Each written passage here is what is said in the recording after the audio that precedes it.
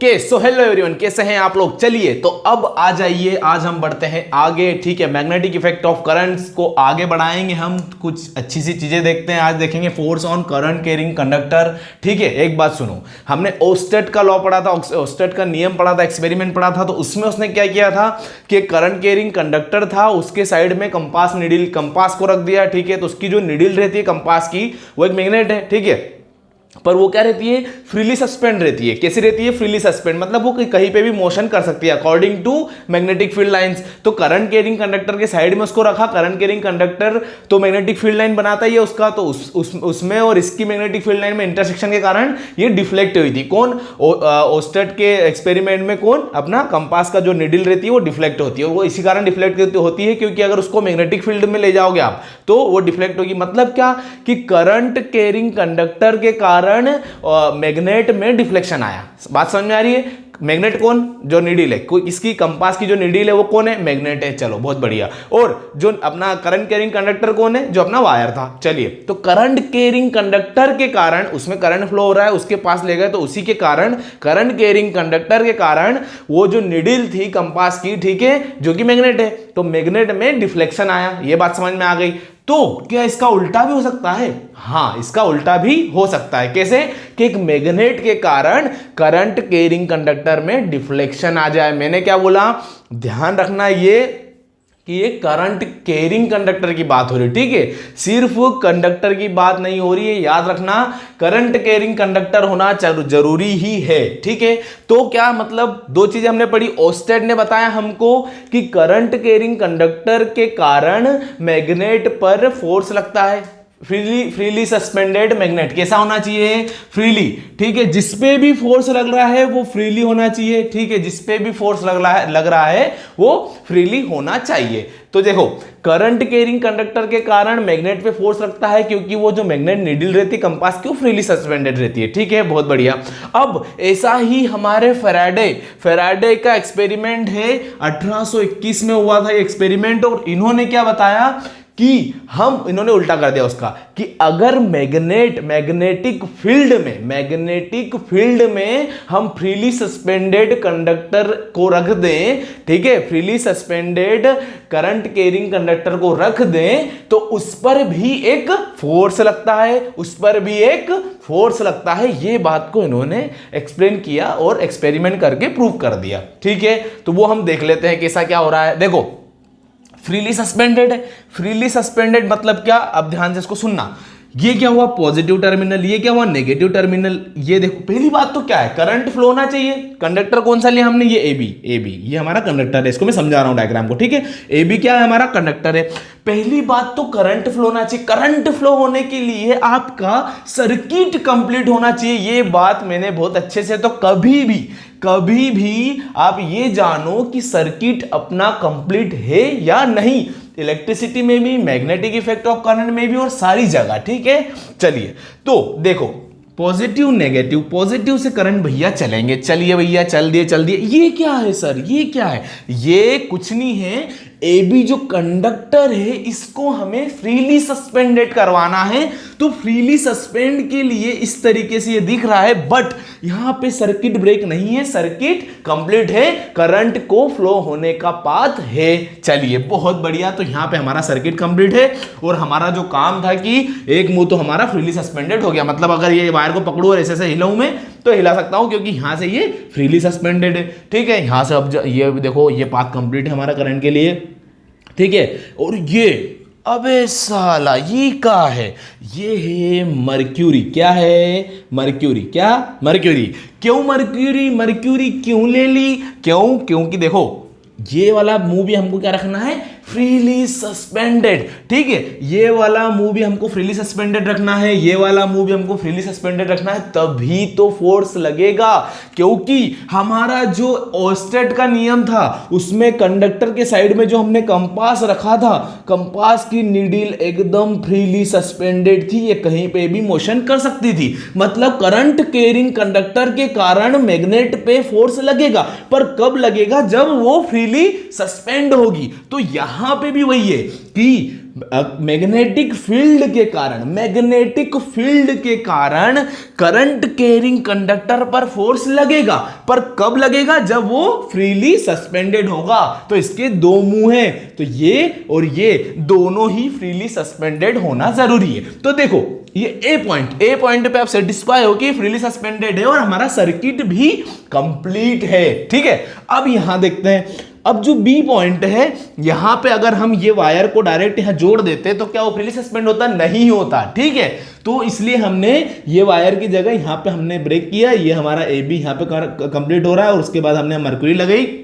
Mercury कुछ नहीं, mercury हमारे सर्किट को कंप्लीट करने का काम कर रही है कि यहां से जो करंट आया वो मर्क्यूरी से होके हमारे कंडक्टर में जाएगा और यहां पे मर्क्यूरी लिक्विड फॉर्म में है। मर्क्यूरी अब यहां पे ये मोशन हमारा बी पॉइंट जो है कहीं पे भी मोशन कर सकता है इजीली, कोई उसको रेस्ट्रिक्शन नहीं है, ठीक है। तो यहां से हमने ये वायर को मर्क्यूरी में डुबो के निकाल लिया, जिससे हमारा सर्किट कंप्लीट हो गया। तो चलो ये बहुत बढ़िया, ये आपको सर्किट हमारा कंप्लीट है, ये चीज बड़े अच्छे से समझ में आ गई। चलिए तो अब करते हैं करंट का फ्लो। यहां से गया करंट, पॉजिटिव से आपका गया और ये नीचे गया, ये बात सब सेटिस्फाई हो, ठीक है। ये गया और यहां से ये आपका सर्किट कंप्लीट हो गया। चलो तो बहुत बढ़िया।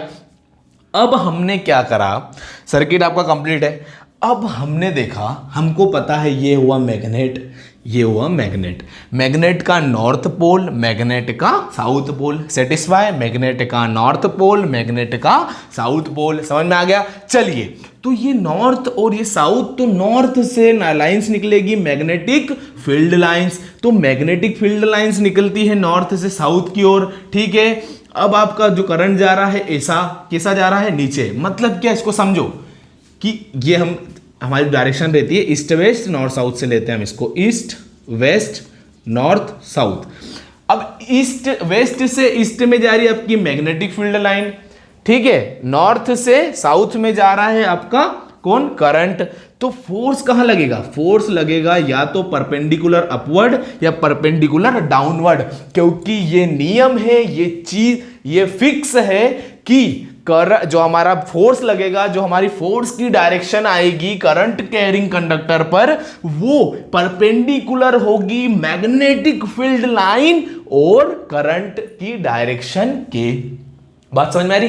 करंट की डायरेक्शन के और मैग्नेटिक फील्ड लाइन की डायरेक्शन के परपेंडिकुलर होगी, पक्की बात है। चलिए तो ये कैसे कि अब परपेंडिकुलर है तो अब हमको निकालना है इसकी डायरेक्शन। इसकी डायरेक्शन निकालने के लिए क्या करेंगे, अब हम आगे देखते हैं। हम क्या पढ़ेंगे? Fleming's left hand rule.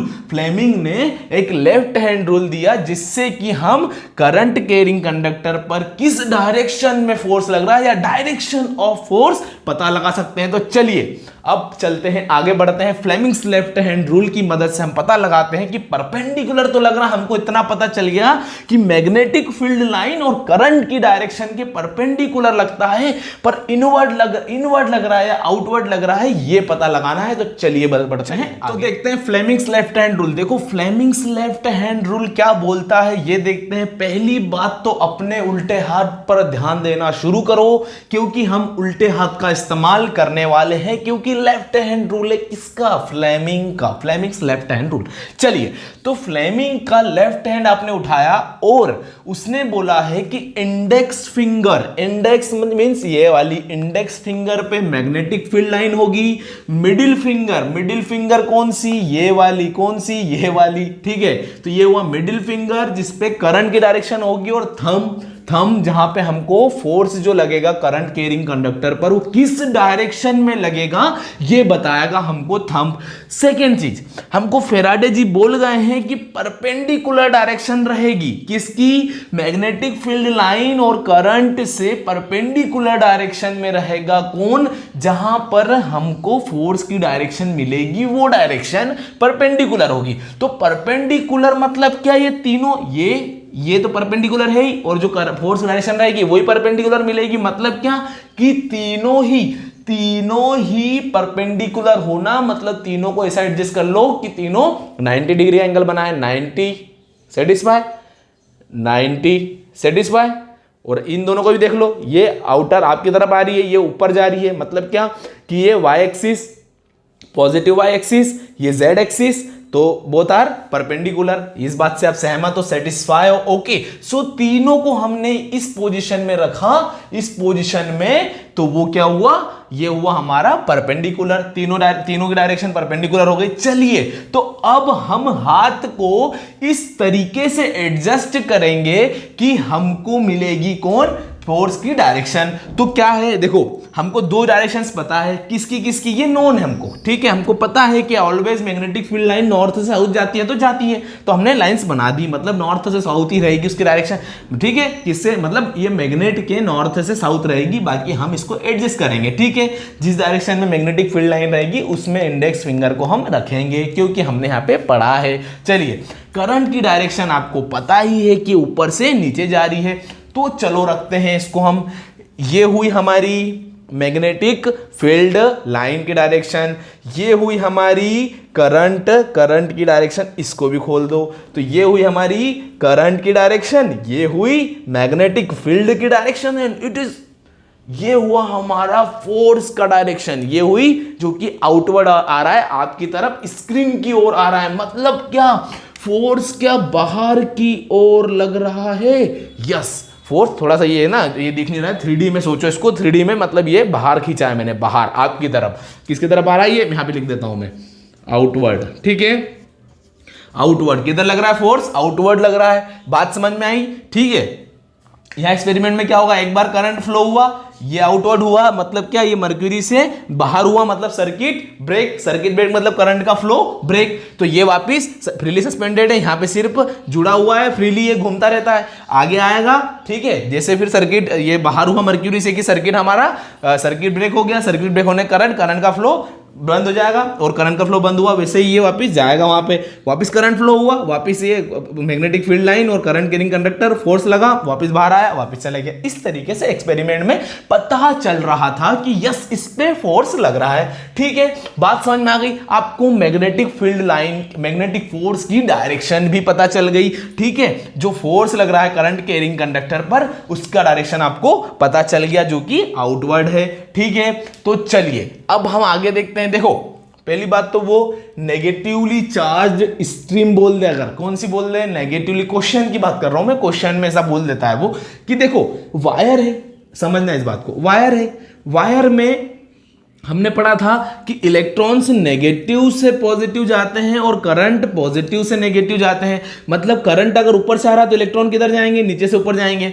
तो मेरी बात सुनो, हमको ऑलवेज यहां पे फॉर्मूले में हमारा जो फंडा है फ्लेमिंग्स लेफ्ट हैंड रूल का, उसमें उसने करंट बोला है, तो करंट मतलब क्या, पॉजिटिवली चार्ज बोल सकते हैं, ठीक है, करंट को, क्योंकि इलेक्ट्रॉन के अपोजिट डायरेक्शन में, भैया इलेक्ट्रॉन अगर इधर फ्लो हो रहा है, ठीक है, इलेक्ट्रॉन इधर फ्लो हो रहा है, करंट इधर फ्लो हो रहा है, तो इलेक्ट्रॉन के अपोजिट डायरेक्शन में कौन फ्लो होगा, हमेशा पॉजिटिव चार्ज या करंट बोल सकते हैं। तो पॉजिटिवली चार्ज, या फिर इसको ही अल्फा पार्टिकल बोलते हैं, क्या बोलते हैं, अल्फा पार्टिकल, ठीक है, अल्फा पार्टिकल बोलते हैं इसको ही, ठीक है, ये हुआ पॉजिटिवली चार्ज या अल्फा पार्टिकल या करंट, ठीक है, करंट के ही ये नाम है, ठीक है, पॉजिटिवली चार्ज बोल देगा, वो पॉजिटिवली चार्ज पार्टिकल बोल देगा, एक अल्फा पार्टिकल बोल देगा। अगर वो नेगेटिवली चार्ज पार्टिकल बोल दे या फिर इलेक्ट्रॉन्स बोल दे, ठीक है, तो क्या करना है, जो भी डायरेक्शन दी हो, मान लो ईस्ट से वेस्ट दी है, क्या दी है, ईस्ट से वेस्ट जा रही है, मतलब ईस्ट से वेस्ट तो मत बोलो, बाकी बोल दो कि वेस्ट डायरेक्शन में, किधर जा रही है, ये वेस्ट डायरेक्शन में जा रही है, कौन,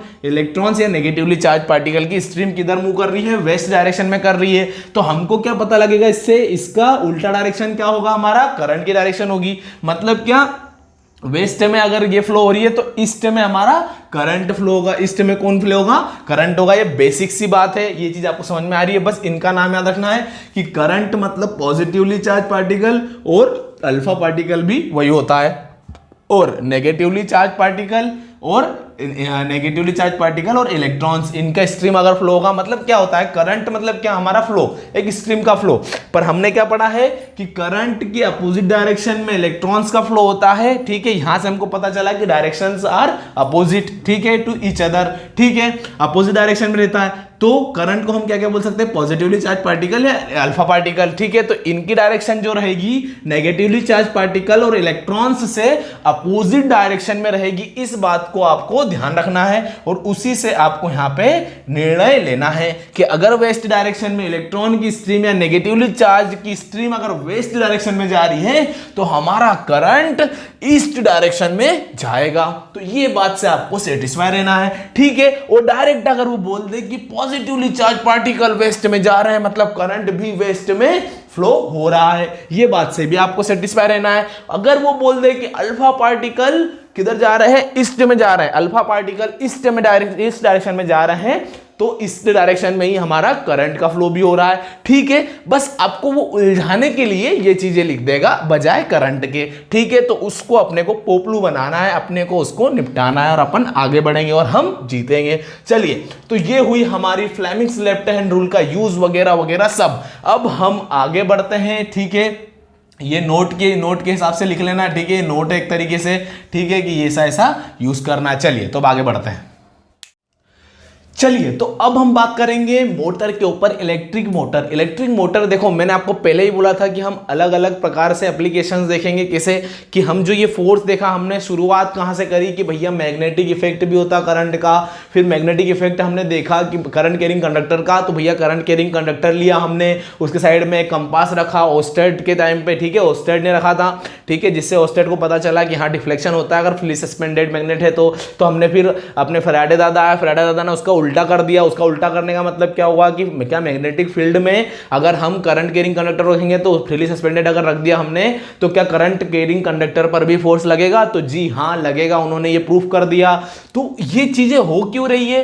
क्योंकि हमको एट द एंड हमारे जो मशीन्स वगैरह हैं वो बनानी रहती है और उनका यूज उनमें अगर हम इसी तरीके के एक्सपेरिमेंट करके यूज करते हैं, जो कि अभी हम करने वाले हैं, और आपको पता चल जाएगा कि जो भी हमारा फैराडे जी ने लॉ दिया था कि हाँ भैया मैग्नेटिक फील्ड लाइन में अगर आप freely suspended current carrying conductor को रखते हो तो उस पर फोर्स लगता है, ठीक है। तो उससे हम क्या करेंगे, उसको हम घुमा, जैसे हम किस पे फोर्स लगेगा, हमारे करंट कैरिंग कंडक्टर पर, उसी फोर्स को हम दूसरे यूज में ले लेंगे। कैसे लेंगे हम मोटर में समझते हैं। देखो मोटर क्या है, पहली बात तो मोटर हम क्या कर रही है कि इलेक्ट्रिकल एनर्जी को मैकेनिकल एनर्जी में चेंज कर रही है। मैकेनिकल एनर्जी का मतलब क्या? मैकेनिकल एनर्जी होती है दो टाइप की, काइनेटिक और पोटेंशियल। काइनेटिक और पोटेंशियल जो है ये दोनों फॉर्म किसके हैं? मैकेनिकल एनर्जी के फॉर्म है। तो मैकेनिकल एनर्जी मतलब काइनेटिक मतलब पोटेंशियल का चल क्या रहा है? तो आपकी करंट आया, वायर में आया करंट,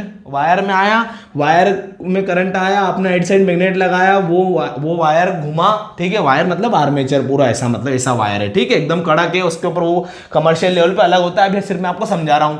ये आपका हुआ वायर, ये हुई मैग्नेटिक फील्ड लाइंस, आपने करंट फ्लो करवाया वायर में, कौन सी एनर्जी दी? Electrical energy.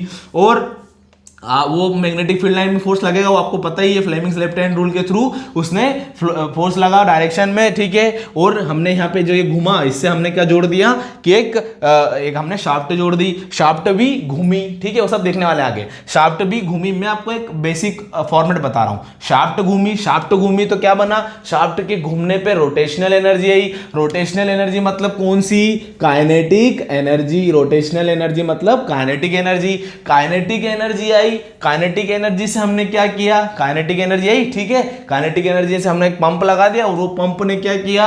पानी को हमारे घर के नीचे से ऊपर टंकी तक पहुंचा दिया। तो वो कौन सी एनर्जी हुई? Potential energy. कौन सी? Potential energy. मतलब समझ में आ रहा है कि इस तरीके से अब हमने शुरुआत कहां से की? इलेक्ट्रिक करंट फ्लो करवाया, तो कौन सी करंट? इलेक्ट्रिसिटी, जो कि इलेक्ट्रिक करंट हमने इलेक्ट्रिकल एनर्जी से मैकेनिकल एनर्जी में कन्वर्ट किया। किसके मदद से? मोटर के। तो मोटर का काम क्या है? इलेक्ट्रिकल एनर्जी को मैकेनिकल एनर्जी में कन्वर्ट कर देना। बात समझ में आ गई? हमने बटन दबाई घर पे, मोटर चालू हुई मतलब किससे चालू हुई मोटर? इलेक्ट्रिक करंट से। इलेक्ट्रिक करंट मतलब कौन सी एनर्जी, इलेक्ट्रिकल एनर्जी। हमारा पानी ऊपर चढ़ गया मतलब पानी पे कौन सी एनर्जी मिल गई, पोटेंशियल एनर्जी मतलब मैकेनिकल एनर्जी। बात समझ में आ गई, क्लियर है। अब वर्क ऑन डीसी, ठीक है, डीसी मतलब डायरेक्ट करंट, तो ये किस पे काम करती है, डायरेक्ट करंट पे, क्योंकि इसको हाई पावर करंट चाहिए रहता है। डीसी और एसी भी हम आगे पढ़ेंगे, बहुत ही अच्छे कॉन्सेप्ट समझ में आएंगे आपको। और अगर शॉर्ट वीडियो में भी डाला हुआ है डीसी एसी, तो आपको अगर वहां समझना हो तो वहां से समझ लीजिएगा, ठीक है। तो ये डीसी का भी हमको डीसी पर ये बेस्ड है, जो भी हाई पावर रहती है, ठीक है, हीटर हो गया, ये हो गया, तो ये सब डीसी करंट पर काम करते हैं, ठीक है। फैंस, मिक्सचर, अपना ये सब किसमें, इसमें सब में एक मोटर यूज होती है, छोटी बड़ी अलग अलग साइज की होती है। फैन में भी छोटी सी मोटर आती है, मिक्सचर में आती है छोटी सी, वॉशिंग मशीन में थोड़ी बड़ी आती है, ठीक है। इस तरीके से अलग अलग मिक्सचर, अलग अलग हम वॉशिंग मशीन का यूज, अपने इसका मोटर का यूज करते हैं, ठीक है। तो अब हम देखते हैं प्रिंसिपल, मतलब कैसे वर्क करता है आपका मोटर, किस तरीके से आर्मेचर वर्क करता है उसका, और ये सब हम देखने वाले हैं आगे।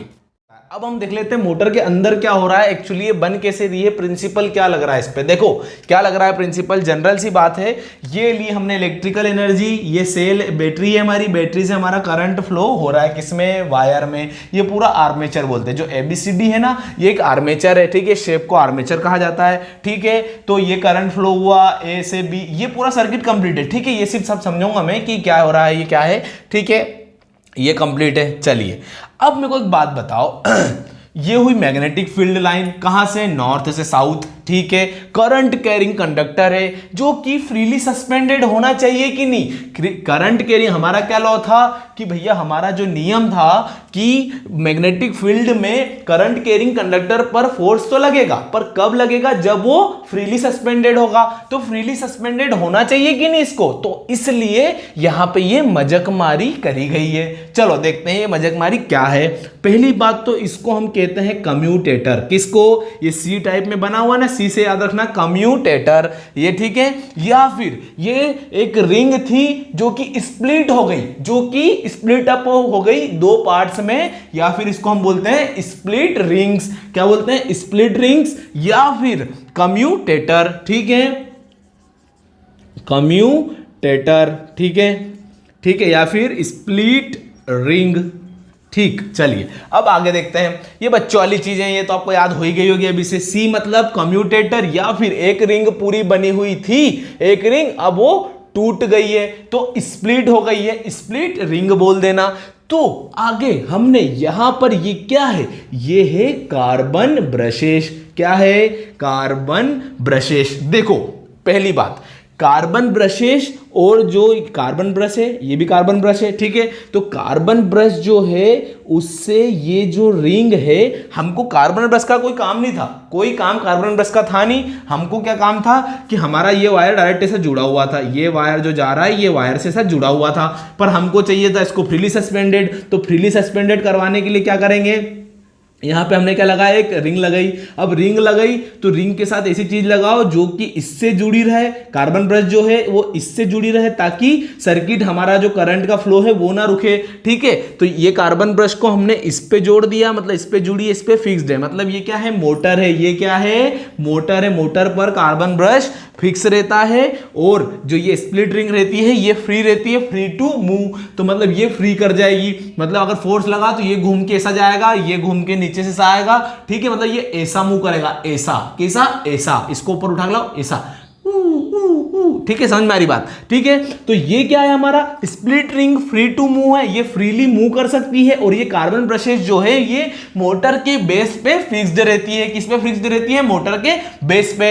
अब यहां पे फिर हम कार्बन ब्रशेस और स्प्लिट रिंग में क्या रिलेशन है, कार्बन ब्रश और स्प्लिट रिंग एक ही काम है कि स्प्लिट रिंग पहली बात कार्बन ब्रश पे फ्री टू मूव रहता है, और जहां टच में आया वहां पे सर्किट भी कंप्लीट हो जाता है, तो करंट का फ्लो नहीं रुकता है, बस इसलिए हमने ये लगाया। अब सर ये डायरेक्ट वायर को ही लगा दो, वायर से भी सर्किट तो कंप्लीट रहेगा, वायर को आप स्प्लिट रिंग पे लगा दो। अगर स्प्लिट रिंग पे आपने वायर लगा दिया तो सर वायर ट्विस्ट नहीं होगा, मेरे को बताओ, ये घूम के इधर जाएगा तो ये पूरा उधर नहीं जाएगा, खींचातानी नहीं होगी, टूटापाटी नहीं होगी, इसलिए डायरेक्ट नहीं जोड़ते, ब्रश को लगा दिया। ब्रश और स्प्लिट रिंग फ्री रहते हैं। अब रिंग हमारी फ्री टू मूव है, जाती है उस साइड जाती है, तो वो करंट की मतलब सर्किट वहां पे हमारा कंप्लीट होता है और करंट की डायरेक्शन उसको मिल जाती है। चलिए बहुत बढ़िया। तो अब हम आगे बढ़ते हैं। ये समझ में आ गया बच्चों वाली चीजें, बैटरी है, ये हुई हमारा क्लोज की, तो करंट को हमारा फिक्स डायरेक्शन मिल गया, हमारा सर्किट कंप्लीट है, आपको कोई डाउट होगा नहीं। चलिए, तो ए से बी जा रहा है करंट, फिर बी से सी, सी से डी, डी से होते हुए वापिस नेगेटिव टर्मिनल की ओर। तो ये हुई करंट की डायरेक्शन। तो चलिए अब देखा जाए कि इस पे जो फोर्स लग रहा है वो, अब सर इस पे फोर्स तो लगेगा, उस फोर्स का हम करें क्या? भैया फोर्स लगेगा, ये बात से आप सेटिस्फाई हो गए हो, तो क्या करेंगे अब हम इसमें दिमाग लगाते हैं। हम क्या करते हैं कि यहां पे हमने ये शाफ्ट जोड़ दी, क्या जोड़ दी? शाफ्ट जोड़ दी, को जो कि इससे जुड़ी हुई है, किससे? ये आर्मेचर से जुड़ी हुई है शाफ्ट। अब एक बात बताओ, ये आर्मेचर अगर घूमेगा, कहीं ना कहीं तो घूमेगा, फोर्स लगेगा तो या तो इधर घूमेगा या इधर घूमेगा, कहीं ना कहीं घूमेगा। जैसे ये फोर्स लगने पे घुमा, वो अब हम देखेंगे, आगे देखेंगे, ठीक है।